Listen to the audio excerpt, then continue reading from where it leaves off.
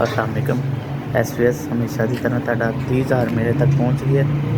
मैं एस तुहाडा बड़े दिल नाल शुक्रिया अदा करना कि तुसीं मेरे इन्ने सालों तो मेरी मदद कर रहे हो।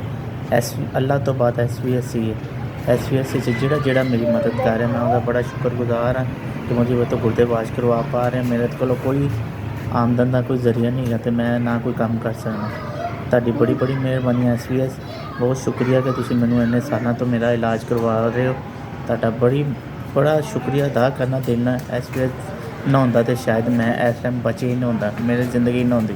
एस तुहाडी बड़ी मेहरबानी। और एस अल्लाह पाक तुहानूं इन्नी तरक्की देवे कि रातों रात तुसीं बहुत तरक्की ते जाओ। तो अल्लाह पाक तुहाडे जेह्ड़ा इहदे च हिस्सा लै रहा, अल्लाह पाक उहनूं आसमानां ते तरक्की देवे। ते अल्लाह पाक उहनूं लंबी ज़िंदगी, तंदरुस्ती ते अपने बीवी बच्चें दी सलामत देवे। बड़ी मेहरबानी।